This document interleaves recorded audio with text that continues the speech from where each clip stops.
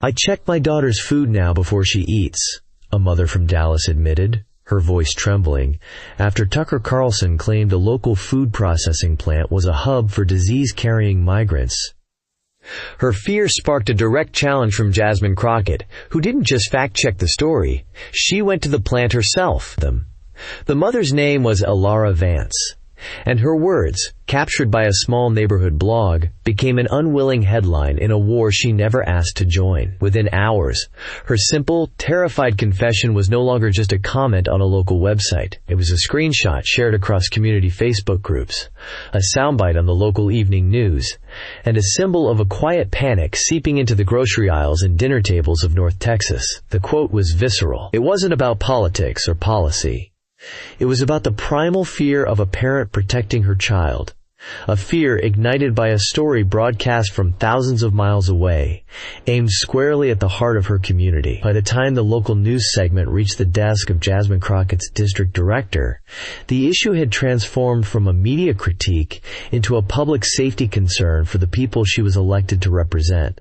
3 nights prior, the seed of this fear was planted in a sterile, climate-controlled studio. Tucker Carlson adjusted the knot on his tie, his expression a practiced mix of earnest concern and intellectual superiority. He scanned the script on the teleprompter, a segment his producers had labeled Border Bioweapon. The source was a flimsy 16-page document published on a fringe website by a group calling itself American Sovereignty Watch. The paper was a jumble of conjecture and cherry-picked data, linking a handful of unrelated, minor health code infractions at various food facilities across the country to a surge in illegal immigration. A junior producer, eager to impress, had found the thread.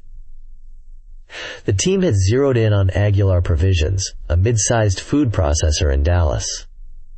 The name sounded right. The location, a solidly Democratic district, was perfect. The narrative was simple, clean, and terrifying. "Are we sure about this one?" a producer asked through Carlson's earpiece, a routine, box-checking question. "It's a family-owned place. Been around for a while." Tucker looked directly into the camera lens, his target not the producer, but the millions who trusted him. "They're using our own food supply against us," he said, practicing the line with a subtle, sorrowful shake of his head. "If they're not going to protect you, we have to. Run the segment." And so he did. With charts and grim graphics, he painted a picture of a facility purposefully hiring sick migrants, of a deliberate plot to poison patriotic Americans from the inside out. He presented it not as an accusation, but as a tragic, undeniable fact.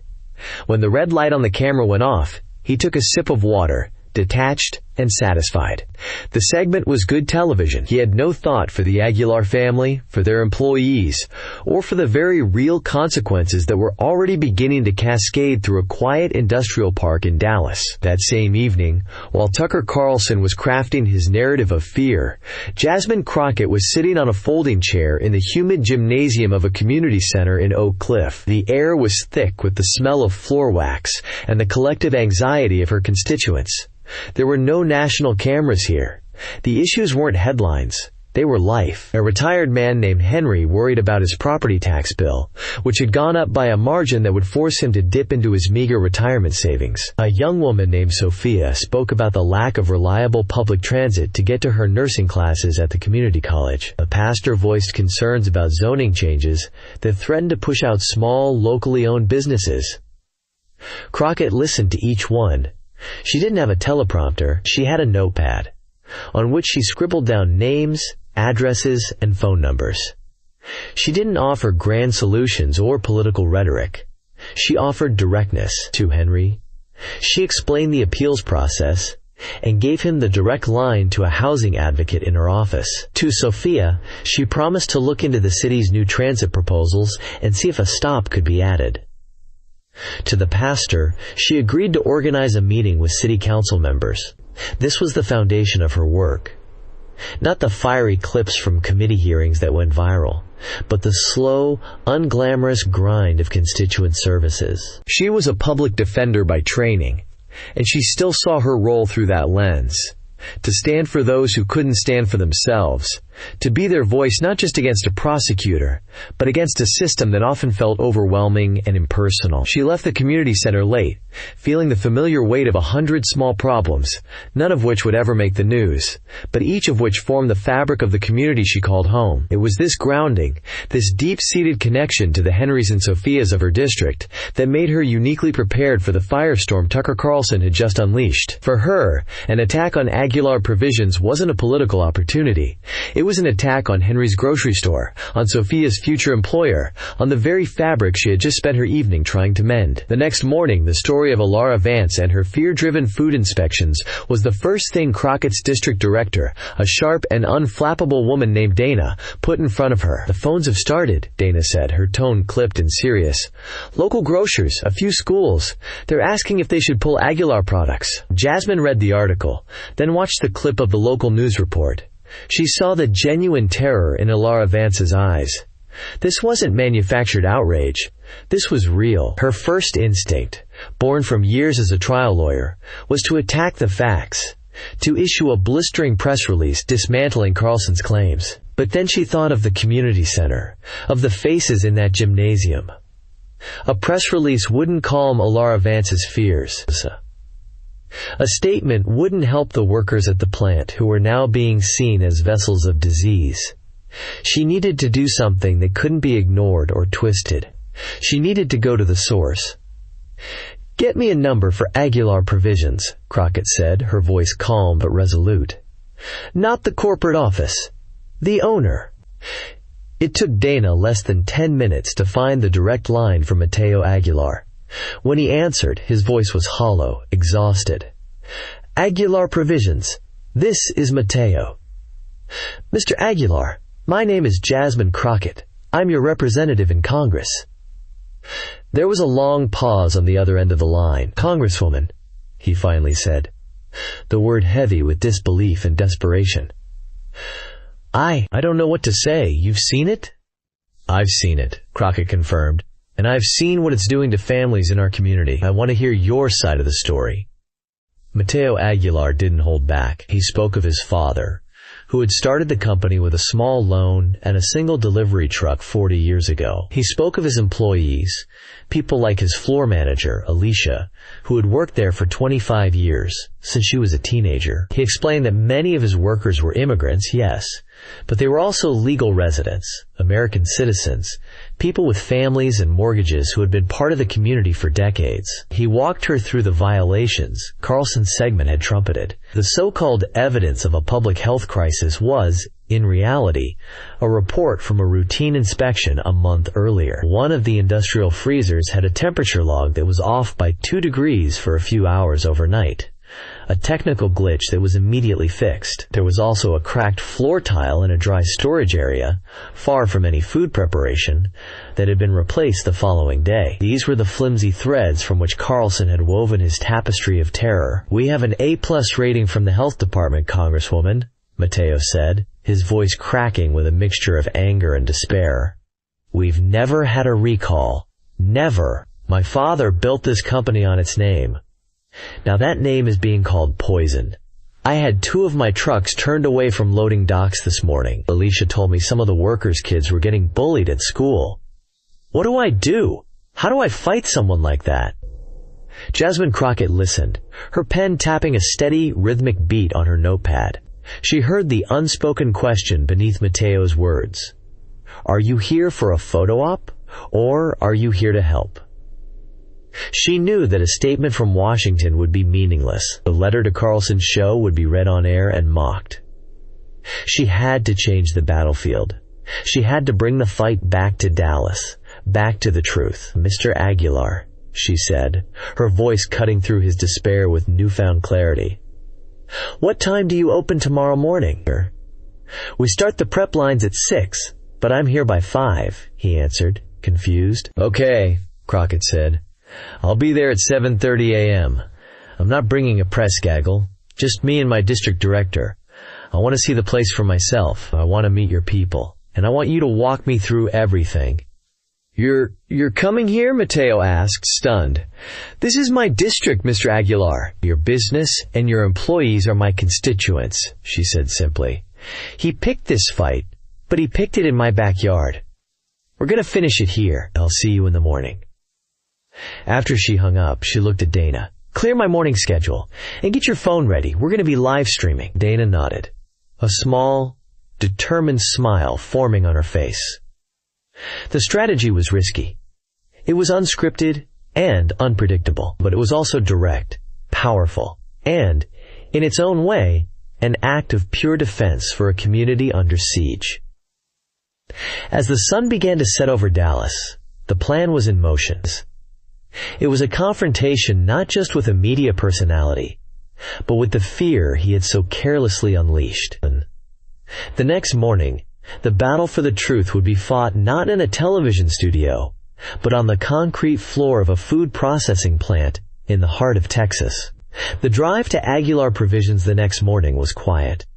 The early morning light cast long shadows across the Dallas highways. Crockett sat in the passenger seat, scrolling through her phone, not at news headlines, but at the messages that had started to flood her inbox overnight. There were messages of support, but they were drowned out by a tide of vitriol, ugly and personal, spurred by Carlson's broadcast. They called her a traitor, a sympathizer, a co-conspirator in the great plot to undermine the country. She read a few, her expression hardening, then put the phone down. It was just noise. The signal was waiting for her at the plant. Dana drove, her hands steady on the wheel, occasionally glancing at her boss. She had seen the Congresswoman in many modes: incensed in a hearing, celebratory at a bill signing, empathetic at a town hall. But this was different. This was a cold, quiet resolve. This was the public defender preparing for trial. When they pulled up to Aguilar Provisions, it looked exactly like what it was: a clean, unassuming, functional building in an industrial park. There was no giant sign, just the company name in simple blue letters on the side of the beige building. Mateo Aguilar was waiting for them at the employee entrance, looking as if he hadn't slept in days. He was a man in his late 40s, with kind eyes that were currently clouded with worry.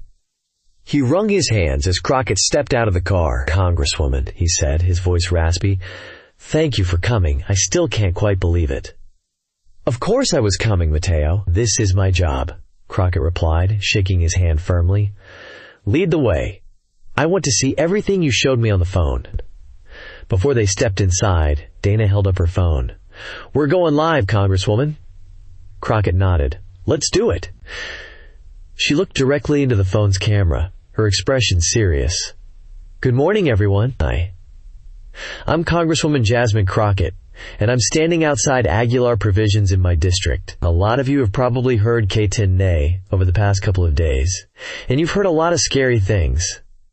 I'm here this morning to see the truth for myself, so come on inside with us." With that, they walked through the doors, and Dana's phone became a window for the world into the heart of the facility that Tucker Carlson had condemned from afar. The first thing that hit them was not a foul odor, but the sharp, clean smell of sanitizer and the warm, savory aroma of cooking spices. The floors weren't filthy. They were spotless, gleaming under the bright fluorescent lights. The workers on the line weren't coughing or looking unwell. They were focused, moving with the efficient, practiced grace of people who took pride in their work. They wore immaculate white coats, hairnets, and gloves. Many of them looked up in surprise as Mateo and Crockett walked through, their eyes wide at the sight of a congresswoman on their factory floor. Mateo introduced her to his floor manager, Alicia, a woman with a warm smile and an authoritative presence. "Alicia has been here longer than I have," Mateo said. "She runs this place." Crockett shook Alicia's hand. "It's a pleasure to meet you. Mateo tells me you keep everyone in line." Alicia laughed, a genuine, hearty sound. "I try, Congresswoman. It's a good place, good people." Her smile faded slightly. "It's been a hard couple of days." "I know," Crockett said softly. "That's why I'm here. Can you show me around?" For the next hour, they toured the entire facility. Dana's phone followed their every step, the livestream viewer count climbing steadily as word began to spread online. They went into the vast, chilly storage freezers. Mateo pointed to the digital temperature gauge, "This is the unit he talked about," he said, his voice amplified in the cold air. "You can see the log right here. For about 4 hours on a Tuesday night last month, it read 2 degrees higher than protocol. The alarm went off, our night manager reset it, and it's been perfect ever since." That was his evidence of a public health crisis. Next, they went to the dry storage area. Mateo pointed to a section of pristine, sealed concrete on the floor. "And this is the other one, a cracked tile, right here." It was in a walkway, nowhere near any open food product. It was fixed within 24 hours of the inspection report. "This is what he used to call my employees, my family, a bioweapon." As they walked, Crockett didn't just look at the equipment. She looked at the people. She stopped to talk to them, asking their names, how long they'd worked there, where they were from. She spoke to a man named Hector, who was supervising a machine that sealed packages of brisket. He had been at Aguilar for 15 years.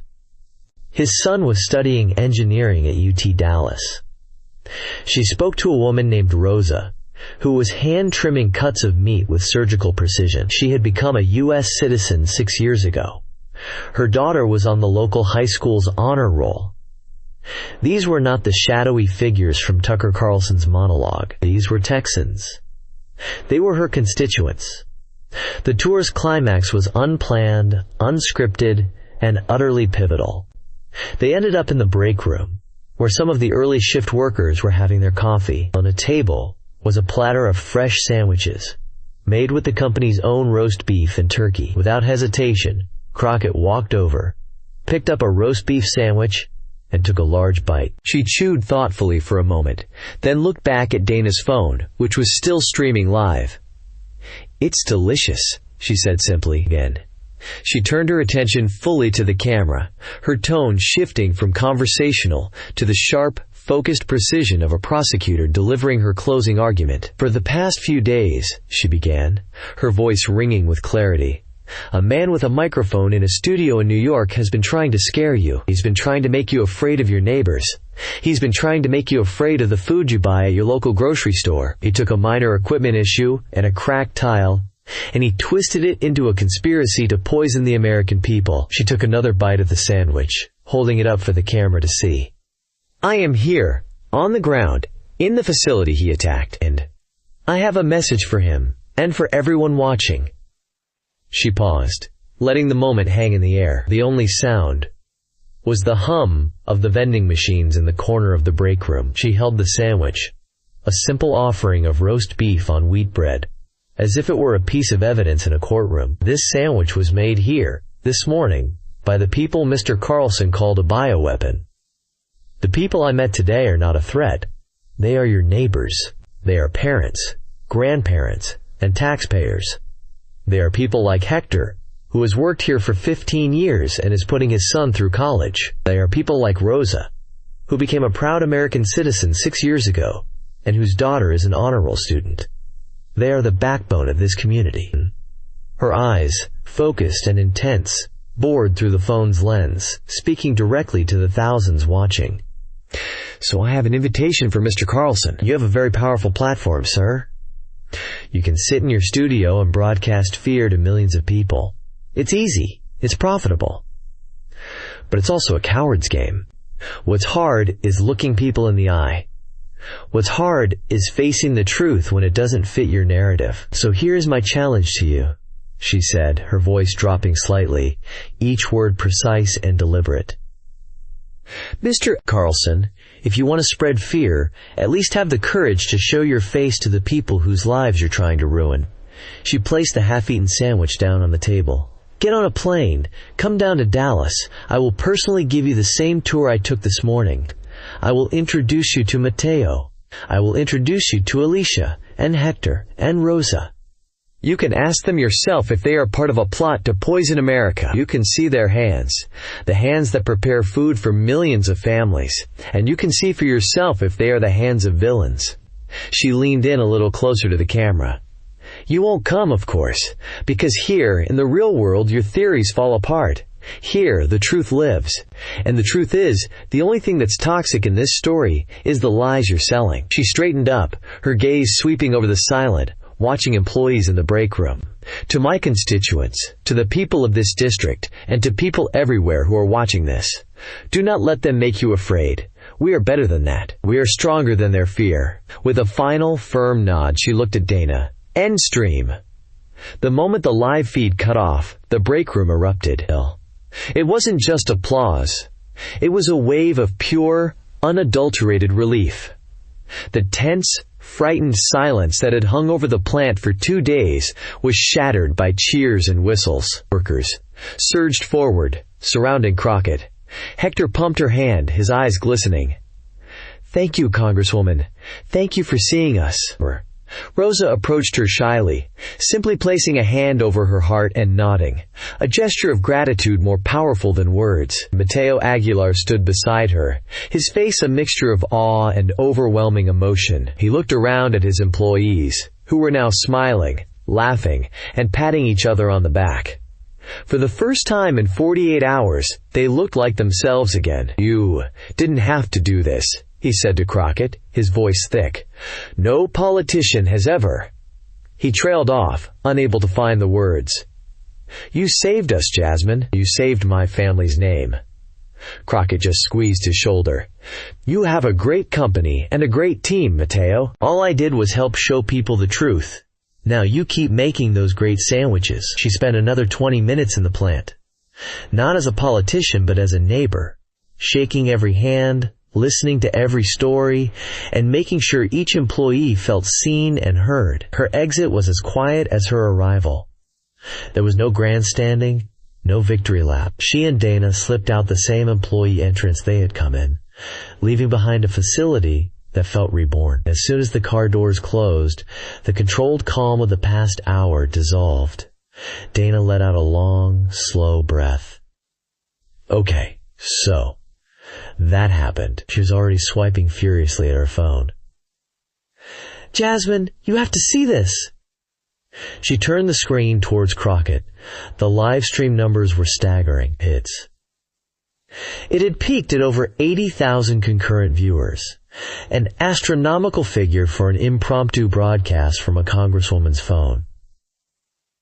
But that wasn't the main story. Clips were already everywhere. The moment she took a bite of the sandwich, her challenge to Carlson, her defense of the workers, they were being cut, packaged, and blasted across every social media platform. The hashtag Crockett Challenge was trending. News vans were, according to a text Dana just received, scrambling and heading to the industrial park they had just left. "Every major network has called the D.C. office in the last 10 minutes, Dana said, a note of disbelief in her voice. "Local affiliates are blowing up my phone. They all want to know what happens next." The narrative had been completely flipped. The story was no longer, "Tucker Carlson exposes dangerous plant." It was now, "Congresswoman defends community, challenges Carlson to face the people he targeted." They had not just countered the attack. They had created a powerful new one, rooted in authenticity and courage. The rest of the day was a blur of motion and noise. Crockett conducted 3 back-to-back national news interviews from her district office via Zoom, patiently repeating the facts, telling the stories of the workers she'd met, and extending her on-air invitation to Carlson again and again. She was calm, factual, and unyielding. The story had all the elements of a viral sensation. A clear hero, a definitive villain, and a dramatic confrontation with a powerful symbol, the sandwich, at its center. By evening, Tucker Carlson's own feed on X was a battlefield. Under his original post about Aguilar provisions, thousands of users were posting the clip of Crockett's challenge. His supporters fought back, calling her a radical, a liar, a traitor who cared more about immigrants than American citizens. But the visual of Crockett eating the sandwich on the factory floor was too powerful. It was a simple, irrefutable act of trust that his words could not overcome. He remained silent, a rare thing for the normally verbose commentator. His silence was its own kind of answer. Later that night, the adrenaline finally ebbed away, leaving a profound, bone-deep weariness in its place. Jasmine was back in her small Dallas apartment, the city lights twinkling outside her window. The triumphant energy of the day felt 1,000,000 miles away. A half-eaten container of takeout pad thai sat on her coffee table, forgotten. Her blazer was draped over a chair, a silent testament to the whirlwind she'd just endured. The only sound was the incessant buzzing and pinging of her personal cell phone. She had muted the notifications hours ago, but the screen still lit up every few seconds. A relentless beacon of the digital storm raging outside her quiet apartment. Curiosity, or perhaps a masochistic impulse, made her pick it up. She bypassed the congratulatory texts from colleagues and the breathless messages from friends. She opened her social media mentions. The support was there, but it was the threats that held her attention, their venom potent and chilling. The messages were a torrent of hatred. They were filled with racist and sexist slurs, graphic descriptions of violence, and menacing warnings. "We know where you live. You're a race traitor, and you'll get what's coming to you." One message contained a picture of her apartment building, clearly taken from the street below, with the caption, "Easy target." A cold knot formed in the pit of her stomach. This was the price. This was the tax for speaking out, for standing up. It wasn't the political attacks from opponents that got to her. That was part of the job. It was this, the anonymous, cowardly threats that aimed to instill the very same fear she had just fought to dispel in her community. She was a public defender who had faced down dangerous criminals in open court.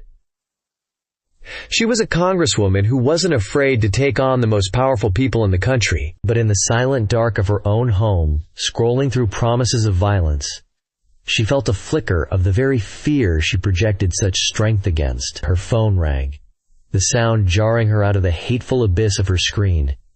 It was her mother. Jasmine took a deep breath, composing herself, and answered with a brightness she didn't feel.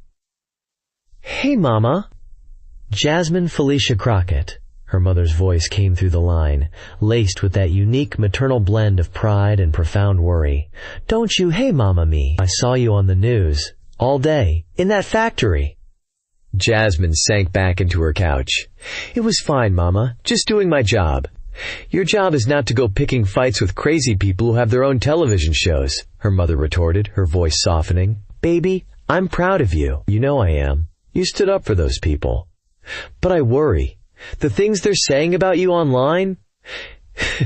It's terrifying. Are you being careful? Do you have security? You can't just be driving around by yourself after something like this." Jasmine closed her eyes, rubbing her temples. She wanted to tell her mother that everything was fine, that it was all just noise, that she was perfectly safe. But she couldn't lie to her. "The office is handling security, Mama. They're on top of it. It's protocol." "Protocol doesn't stop a crazy person, Jasmine, you know that." There was a pause. "You sound tired." The simple, maternal observation broke through her carefully constructed armor. The exhaustion of the day, the weight of the threats, the emotional toll of the entire ordeal washed over her. "I am tired, Mama," she admitted, her voice barely a whisper. "I'm just so tired. Tired of the lies. Tired of people being deliberately cruel for profit. I look at those workers today. They were just trying to do their jobs, to provide for their families. And some man, who has never met them, who will never have to worry about paying a mortgage or putting food on the table, decided to ruin their lives for ratings. And then you get all this." She gestured vaguely at her phone, at the unseen poison it contained.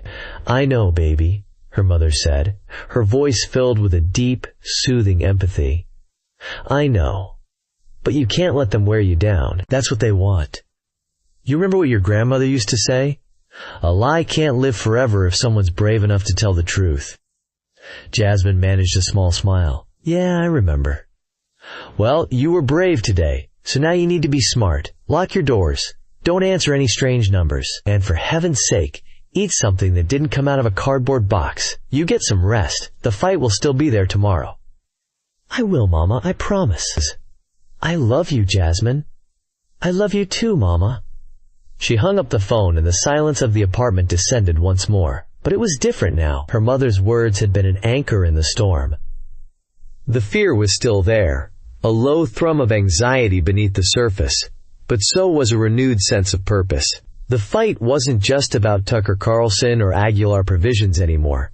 It was about the fundamental decency that was being eroded by the calculated spread of fear. She stood up, walked to the window, and looked out at the sprawling city lights of Dallas, her city, her district, her people. The fight was, indeed, still there. And so was she. The next 2 days were a strategic whirlwind, managed by her D.C. office. The story refused to die down, fueled by Carlson's continued silence. Major newspapers ran editorials praising Crockett's direct approach. Food safety experts were brought on cable news to confirm that the violations at Aguilar were minor and common, effectively debunking the core of the original segment. The narrative was now firmly under Crockett's control. She continued to give interviews, but she began to pivot her message. It was no longer just about Aguilar provisions. She started talking about the broader pattern of misinformation, about how it was used as a tool to divide working-class communities against each other. She spoke about the economic cost of fear, about how a single broadcast could threaten hundreds of jobs and a multi-generational family business. She was expanding the battlefield from one factory in Dallas to the national conversation about media responsibility. Her team worked tirelessly behind the scenes, feeding information to reporters, arranging interviews, and compiling a detailed report on the economic impact of Carlson's segment. They found that 6 local grocery stores had temporarily suspended orders from Aguilar, costing the company an estimated $80,000 in just 2 days. They also tracked the spike in online harassment, targeting not just Crockett, but the Aguilar business itself, which had been flooded with negative, 1-star reviews from people who had never been their customers. The data painted a stark picture of the real-world consequences of Carlson's rhetoric. On the 3rd day after her visit to the plant, Crockett was scheduled for a primetime interview on a major network. It was being billed as her definitive statement on the matter. She and her team prepped for hours, anticipating every possible question, every potential trap. They knew this was their chance to cement the narrative and turn the incident into a lasting lesson. But just as she was getting ready to go on air, an unexpected development threatened to change everything. Dana burst into her office, her face pale. "You need to see this," she said, holding out her phone. It was a news alert. Tucker Carlson had just posted a new video. He wasn't apologizing. He was doubling down. The video was classic Carlson. It wasn't filmed in his usual polished studio, but in a space that looked like a rustic study or library, designed to project wisdom and authority. He wore a casual sweater, leaning forward in his leather armchair, speaking in a calm, almost paternal tone. He didn't shout or rage, he reasoned, his voice dripping with condescending sympathy. "A lot of people are angry with me," he began, a small, weary smile playing on his lips. "And I understand why. A congresswoman from Dallas, a woman named Jasmine Crockett, went to the facility I mentioned the other night. And she ate a sandwich. And she declared everything to be perfectly safe." He chuckled, a soft, dismissive sound. "And for that, she's being called a hero. It's a wonderful story. It's great political theater. A brave politician standing up to the media, defending her people. It's almost inspiring." He paused, letting the sarcasm hang in the air before twisting the knife. "But here's the problem. Eating a sandwich doesn't make a facility clean. A photo op doesn't change the facts. And the fact is, our reporting was based on a critical public health question that Congresswoman Crockett has no interest in answering." The video then cut to a new face, a man with severe glasses and a lab coat, identified as Dr. Alastair Finch, epidemiological analyst. Finch, speaking with a clipped, academic air, explained that certain pathogens could have incubation periods of weeks, even months, and could be transmitted by asymptomatic carriers. He never mentioned Aguilar provisions by name, but the implication was clear and terrifying.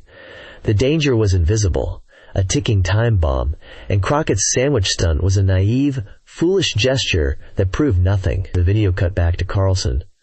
"You see, this isn't about one factory," he said, his voice now filled with somber gravity. This is about a system that cares more about cheap labor than your family's health. A system that labels you a racist or a xenophobe if you dare to ask legitimate questions. Congresswoman Crockett isn't a hero. She's a guardian of that system. And she's angry because we are pulling back the curtain. He leaned forward one last time. She challenged me to come to Dallas. But the real story isn't in Dallas. It's in the corridors of power where deals are made to sacrifice your safety, and we will not stop telling that story. The video ended with a slow fade to black. In Crockett's district office, the silence was thick with fury. "He didn't even address the facts," her communications director exclaimed, throwing his hands up in frustration. "He just brought in some quack to change the subject. He's calling you a coward and a stooge." Another aide chimed in, "You have to hit him back, Congresswoman. Call him out for what he is. Use the primetime slot to destroy him." The room buzzed with aggressive energy, the instinct to fight fire with fire. But Jasmine Crockett wasn't looking at her team. She was staring at the now dark screen where Carlson's face had been. She saw the strategy for what it was, a desperate attempt to drag her down into a mud wrestling match. He wanted her to scream, to get angry, to make it a personal feud between the two of them. That would make them equals in the eyes of the public. Just two politicians yelling at each other. He was offering her bait, and her entire team wanted her to take it. She held up a hand, and the room fell silent. "No," she said, her voice quiet but firm. "We're not doing that. We're not going to mention his name more than once. We are not going to talk about Dr. Finch or his phantom diseases. We are going to stick to the plan." She looked around at her young, impassioned staff. "He wants this to be about him and me. I'm going to make it about Mateo Aguilar's family, about the $80,000 in orders he's lost, and about the workers who are afraid to send their kids to school. He wants a debate about conspiracies? I'm going to have a conversation about consequences, real-world consequences." Her resolve settled over the room like a weighted blanket. The anger was still there, but it was now channeled, focused. She was a public defender again, and her client wasn't herself. It was her district, and she would not be distracted from the case. 45 minutes later, she was sitting opposite the network anchor, the bright studio lights warm on her face. The interview began as expected. The anchor, a seasoned journalist named Elias Thorne, recapped the events of the past week before playing a 30-second clip from Carlson's latest video. "Congresswoman Crockett," Elias began, his tone neutral, "Tucker Carlson is essentially accusing you of staging a political stunt and ignoring a potential health crisis. He says you are part of the problem. Your response?" Jasmine looked calmly into the camera, ignoring the bait. "I find it interesting that the only person talking about political stunts is the man who refuses to leave his studio. But I'm not here tonight to talk about him." She leaned forward slightly. "I'm here to talk about the 74 employees of Aguilar Provisions. I'm here to talk about the fact that this family-owned Texas business, which has a spotless 40-year record, lost over $80,000 in business this week because of a lie. I'm here to talk about what happens in a community when fear is imported for entertainment." She proceeded to lay out the case with methodical precision, citing the numbers her team had gathered. She told the story of Alara Vance, the mother whose fear had started it all, and how that fear was a direct product of a calculated media campaign. She refused to be pulled into the muck. Every time Elias tried to bring it back to Carlson, she pivoted back to the people of her district. Then, about halfway through the interview, Elias shifted gears. "Congresswoman, this story has clearly captured national attention, and not just in the political sphere. It's been a major topic of conversation in the food and beverage industry. Someone has been watching our conversation tonight and has asked to join us." A new window appeared on the screen next to Crockett's, and the camera zoomed in on a man in a sharp suit, sitting in a high-backed office chair with a sweeping city view behind him. "Joining us now is Franklin Thorne, the chairman and CEO of North Star Foods," Elias announced. Crockett's eyes widened slightly. North Star Foods was a titan, one of the largest food conglomerates in the world. They were a household name, known for their iconic brands, and, within political circles, for their founder's history of staunchly conservative principles and massive donations to the Republican Party. Franklin Thorne, the founder's son and current CEO, was the last person on earth she expected to see. He was, by all accounts, part of her opposition. "Mr. Thorne," Elias said, "thank you for joining us. Why did you feel it was important to speak on this issue tonight?" Franklin Thorne, a man in his late 50s with graying temples and an air of no-nonsense authority, looked directly into the camera. His voice was a deep, steady baritone. "Elias, I felt it was important because this issue is bigger than politics. It's about the integrity of the American food supply and the trust that the American people place in every single one of us in this industry. And I have to say, what Mr. Carlson did to Aguilar Provisions was not just wrong. It was reckless, irresponsible, and dangerous for our entire sector." The statement landed like a thunderclap. In Washington, D.C., you could practically hear the collective gasp of 1,000 political operatives. Thorne continued, his words carrying the immense weight of his position. "Our industry is built on a foundation of science, rigorous federal and state inspections, and supply chain logistics that are among the safest in the world. We spend billions of dollars collectively to ensure that. To have a media personality with no expertise in agriculture, food, science, or epidemiology use his platform to whip up a baseless panic about a single facility. It's an attack on all of us. It erodes public trust in the very systems designed to keep them safe." He then delivered the killing blow to Carlson's narrative. "And for the record, Aguilar Provisions has been a supplier for one of our subsidiary brands for over a decade. They are a top-rated, reliable, and safe partner. We reviewed their file this week. Their record is impeccable. We stand by them, and we will be increasing our orders with them starting next week." He paused, then looked towards Crockett's image on the screen. The Congresswoman was absolutely right to stand up for her constituent.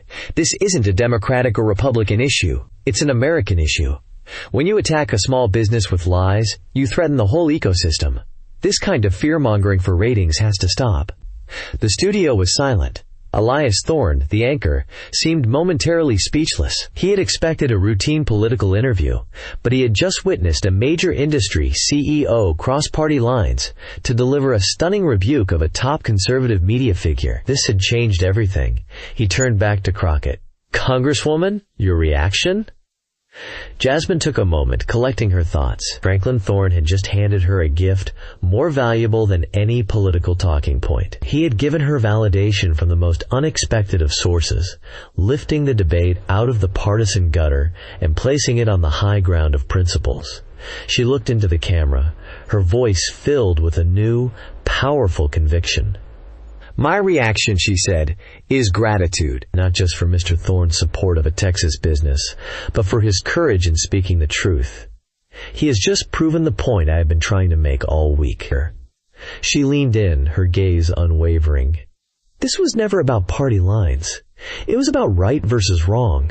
It was about whether we are a country that operates on facts and decency, or one that allows fear to become its most profitable export. "The families in my district, the good people who work at Aguilar Provisions, they deserve to live their lives and do their jobs without being unwillingly cast as characters in someone else's horror story." Mr. Thorne's support tonight shows that the business community, the people who actually feed this nation, agree. The question is no longer what I think, or what Mr. Carlson thinks. The question for everyone watching is, what kind of country do we want to be? One that builds or one that breaks? One that trusts or one that fears?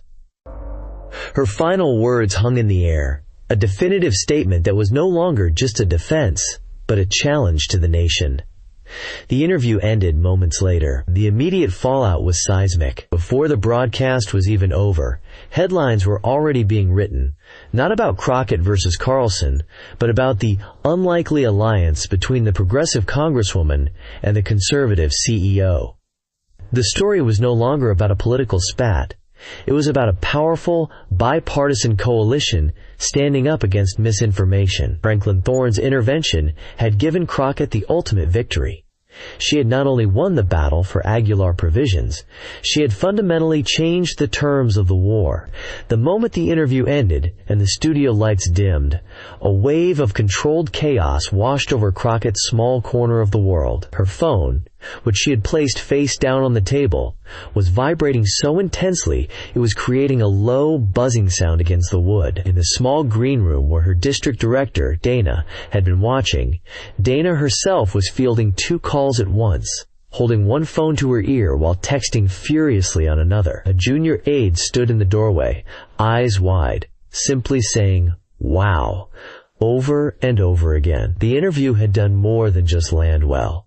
It had detonated a bomb in the middle of the established political landscape. A network producer, a woman with a headset still draped around her neck, rushed up to Crockett. "That was incredible, Congresswoman. Absolutely incredible. We have Franklin Thorne's assistant on the line for you. He wanted to have a word before he disconnected." Crockett nodded, still processing the sheer improbability of the last 10 minutes, and took the phone the producer offered. "This is Congresswoman Crockett." The voice on the other end was not Thorne's, but that of a crisp, efficient-sounding woman. "Congresswoman, please hold for Mr. Thorne." A moment later, the CEO's deep baritone came on the line, not with effusive praise, but with a tone of mutual, professional respect. "Good work tonight, Congresswoman," Thorne said directly. "You handled yourself well." "Mr. Thorne," Crockett replied, matching his professional tone, "I can't thank you enough. You didn't have to do that. You took a significant risk." "I took a calculated one," Thorne corrected her. "My industry requires stability and public trust, not prime-time theater. What that man did was bad for business, plain and simple. You gave us the platform to say so. I suspect you'll find a few more of my colleagues in the business community suddenly finding their courage as well. They just needed someone to go first." There was a brief pause. "My team will be in touch with yours tomorrow to coordinate the details of our new orders with Aguilar. We'll make sure the press is aware. We need to send a clear message. Call my office if you require anything further." And with that, the line went dead. The exchange had lasted less than a minute, but its impact was immense. This wasn't a newfound friendship. It was a strategic, temporary alliance based on a shared interest, defeating a force that threatened them both, albeit for different reasons. For Crockett, the threat was fear in her community. For Thorne, it was instability in his market. For one night, those two interests had aligned perfectly. Over the next week, the echoes of that alliance reverberated powerfully back in Dallas. The change at Aguilar Provisions was palpable. The menacing, anonymous phone calls had stopped completely. The flood of one-star Google reviews, posted by people from other states who had never tasted their products, was now being overwhelmed by a tidal wave of 5-star ratings from supportive Texans and people across the country who had followed the story. Mateo Aguilar found himself in the surreal position of having to hire a temporary assistant just to handle the influx of positive emails and inquiries. His delivery trucks were no longer being turned away from loading docks. Instead, dispatchers were calling him, asking if he could handle larger orders. One morning, a local news van was parked outside. But the reporter wasn't there to ask about a scandal. She was there to do a feature story for the Sunday morning show, a segment on the resilient, family-owned Texas business that had found itself at the center of a national debate on truth and media. Mateo stood on the factory floor, the familiar hum of the machinery a comforting symphony, and watched his employees. They walked with their shoulders back, a renewed sense of pride in their stride. Alicia, his floor manager, was joking with the workers on the line, her hearty laugh echoing through the facility. The cloud of fear and shame had lifted, replaced by a defiant sense of vindication. Later that day, Mateo sat in his small office and took a call he had been dreading. It was from the purchasing manager of a regional grocery chain, the first one to suspend their orders after Carlson's broadcast. "Mateo," the man said, his voice hesitant, "listen, about last week, we may have acted a bit hastily." Mateo leaned back in his chair, a slow smile spreading across his face. He could have been angry, but all he felt was relief. "Well, Bill," he said, "I'm glad to hear that. As it happens, My new partners at North Star Foods are taking up a lot of my inventory, but I suppose I could find some room for you. Let's talk about what your order might look like." He was no longer a victim begging for his business back. He was a man in demand. A week later, the story had moved from the factory floor to the media landscape itself. Tucker Carlson was in a bind. His attempt to double down had been spectacularly neutralized. He couldn't attack Franklin Thorne as a liberal elite or a Washington insider. Thorne was a titan of industry, a pillar of the conservative business establishment. So Carlson pivoted. In a new segment, he framed Thorne's intervention not as a defense of a small business, but as evidence of a vast corporate cartel. He argued that Thorne and North Star Foods were part of the globalist uniparty, corporate behemoths who worked with politicians like Crockett to crush independent voices like his. "You see," he said, staring into the camera, "it's all one big club, and you're not in it. The corporate press, the politicians, and the C-suites, they all work together to protect each other and to silence anyone who dares to question them." But the argument, for the first time in a long time, felt defensive and weak. It lacked the punch of his earlier attacks. He was no longer the hunter, setting the agenda. He was the hunted, reacting to a narrative he no longer controlled. Other conservative commentators, seeing the powerful blowback from the business community, largely steered clear of the topic. The risk of alienating a powerful corporate donor base was too high. The story became a cautionary tale whispered in green rooms and production meetings. Carlson had overreached. He had attacked a symbol and accidentally created a martyr, and in doing so, had exposed the limits of his own power. By the third week, Jasmine Crockett decided it was time to turn the temporary victory into a lasting one. The national attention had given her a unique form of political capital, and she had no intention of letting it go to waste. She knew that another Aguilar Provisions was just one broadcast away. Speeches and viral moments were good, but they were fleeting. She needed to build something structural. In a move that surprised many in Washington, her office announced she was introducing a new piece of legislation. It wasn't a sweeping, partisan overhaul of media law. It was a simple, focused, and practical proposal. The Small Business Truth in Reporting Act. The bill proposed the creation of a federally backed, nonpartisan legal defense fund. Small businesses with under 50 employees who could prove they were the target of verifiably false and defamatory statements by major media outlets, defined as those reaching over 5 million households, could apply for grants to cover legal fees and public relations support to fight back. It was a David and Goliath bill, designed to give the Davids a better slingshot. The masterstroke, however, was in how she rolled it out. At the press conference announcing the bill, she wasn't standing alone. Beside her was a moderate Republican congressman from rural Iowa, a quiet, respected legislator named Ken Fletcher. His district was filled with small family farms, independent agricultural suppliers, and local manufacturing plants. All businesses that were just as vulnerable as Aguilar Provisions to a targeted media attack. "I may not agree with my colleague from Texas on every issue," Fletcher said to the assembled press, "but we agree on this. A lie doesn't become true just because it's shouted through a bigger megaphone. My constituents deserve the right to run their businesses without fear of being destroyed by a baseless story from a talking head in New York or D.C. This isn't a Democratic or Republican idea. It's common sense." The image of the progressive black congresswoman from a big Texas city standing shoulder to shoulder with the conservative white congressman from a farming state created a powerful visual. It was a direct reflection of the alliance she had forged with Franklin Thorne, brought to the legislative arena. The bill wasn't guaranteed to pass, but it had already succeeded in its primary goal. It had cemented the issue as one of bipartisan concern, and it had established Crockett as a serious legislator willing to work across the aisle to find practical solutions.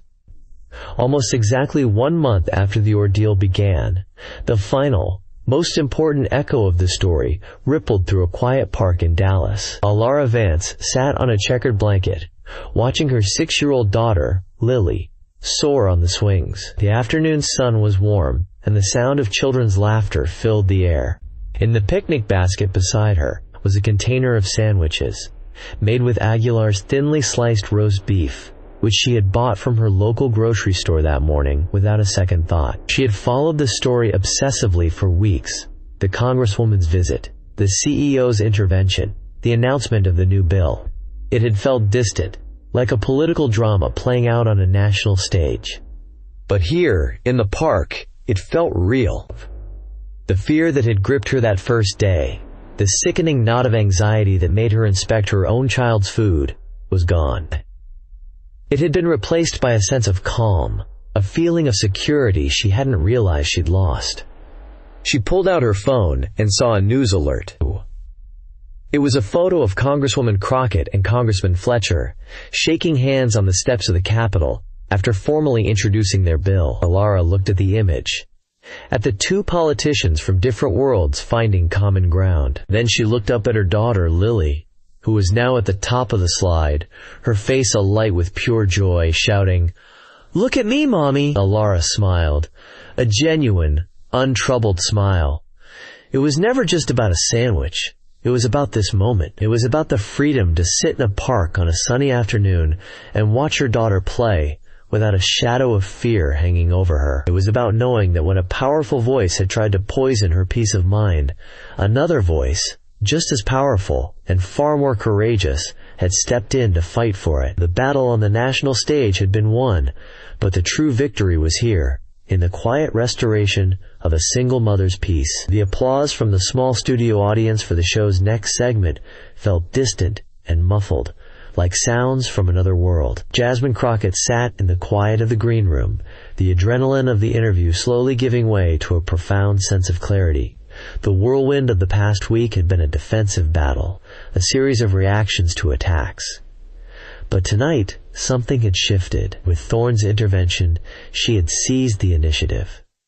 She hadn't just won the argument, she had changed the entire conversation. Dana came in, holding out Crockett's phone and a bottle of water. The D.C. office is a madhouse. Every major paper wants a comment. The RNC has already put out a statement calling Franklin Thorne a Republican in name only. They're in full panic mode. Dana was grinning from ear to ear. You didn't just win, Jasmine. You broke their machine. Crockett took a sip of water, the cool liquid a welcome relief. The machine will reboot, Dana. It always does. But maybe we showed a few people that you can, in fact, throw a wrench in the gears.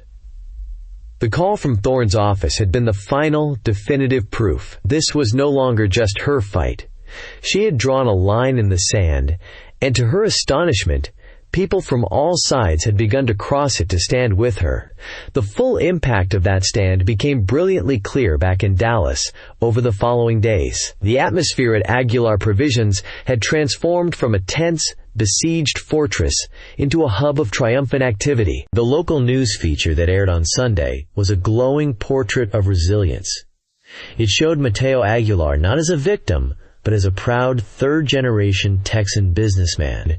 It featured interviews with Hector and Rosa, who spoke eloquently about their work and their community. The segment ended with a shot of the A+ health rating certificate hanging proudly in the company's reception area.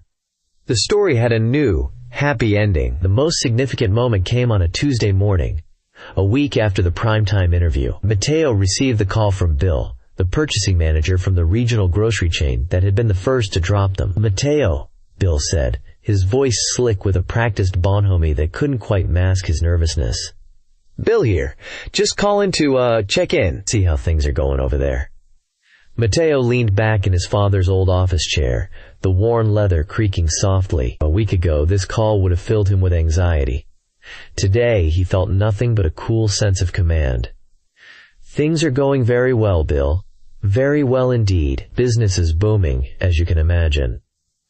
Yeah, saw you on the news. Great stuff. Great for you," Bill said quickly. "Listen, the reason I'm calling, we've had a lot of customers asking for your product specifically.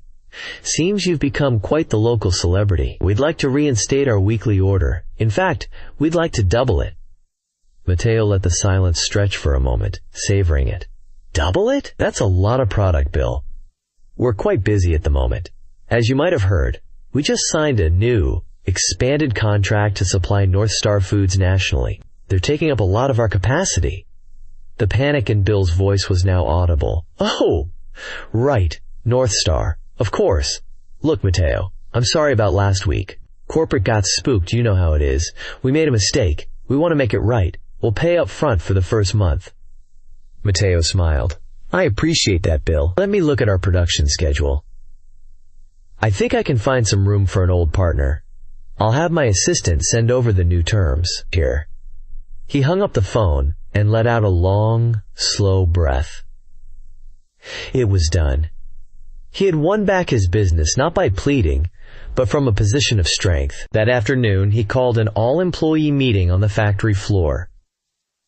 He stood on a small platform, Alicia on one side, Hector on the other. He looked out at the faces of his 74 employees, the people who had weathered the storm with him. "Good afternoon, everyone," he began, his voice echoing slightly in the large space. "I'm sure you've all seen the news. You know what's been happening. A man tried to tear us down with lies, but he failed. He failed because we had the truth on our side, and he failed because we had a community and a congresswoman who stood up for us." He paused, his gaze sweeping the room. "Because of that, our business is stronger than ever. North Star Foods has tripled their orders. Every local partner has returned.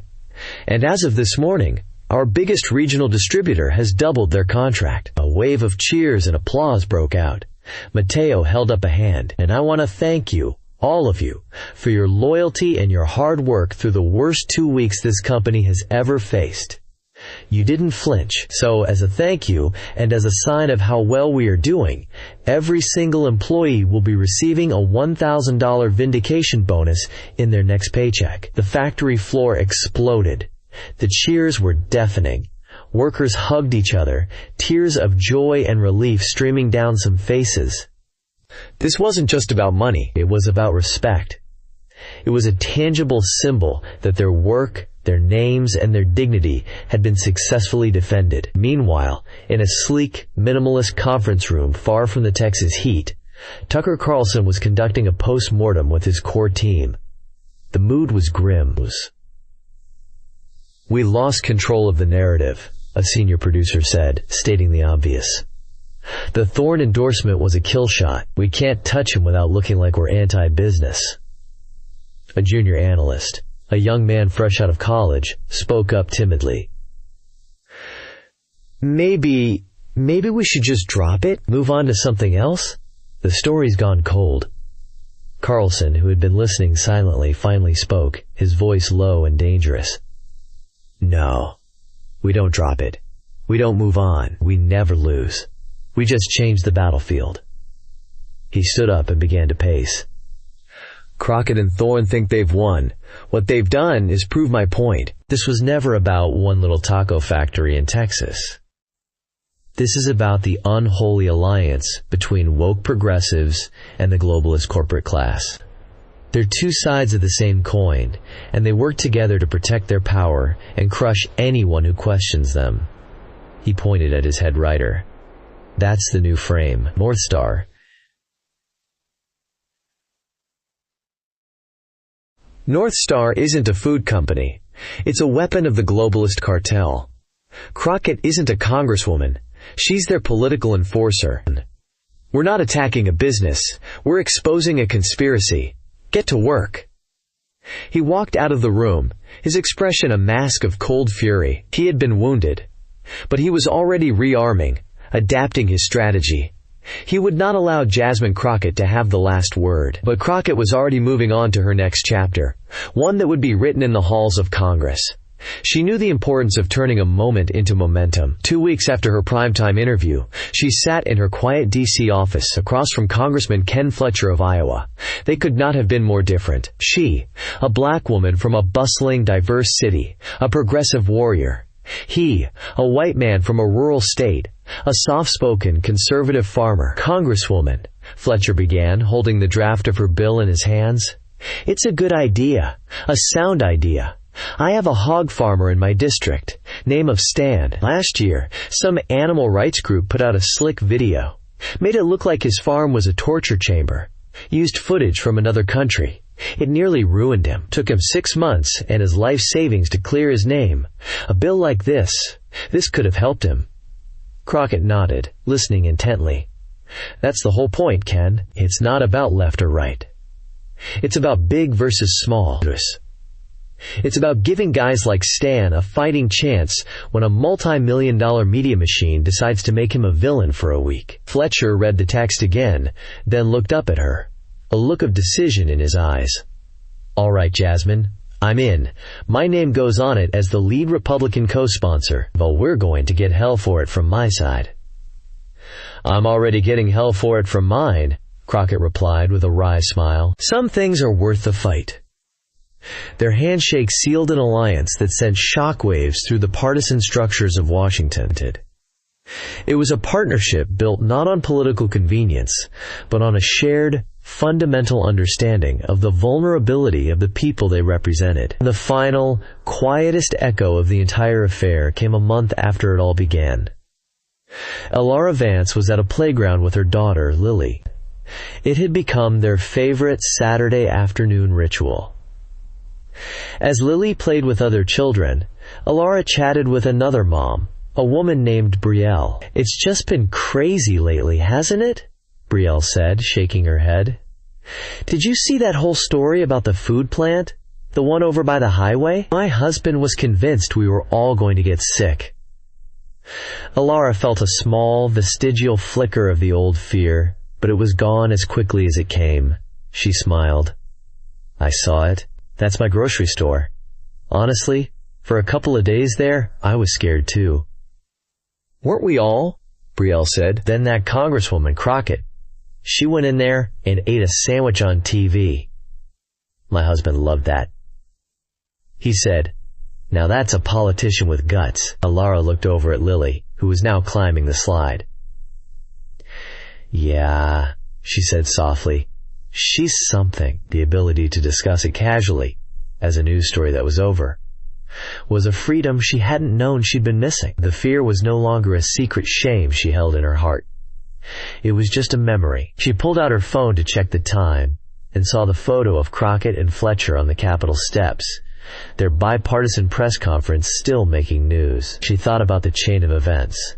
A lie broadcast from a studio, a mother's fear in a grocery store, a congresswoman's courage in a factory, a CEO's conscience in a boardroom, and finally, 2 opposing politicians finding common ground. It was a long, improbable journey that had started with her own quiet terror.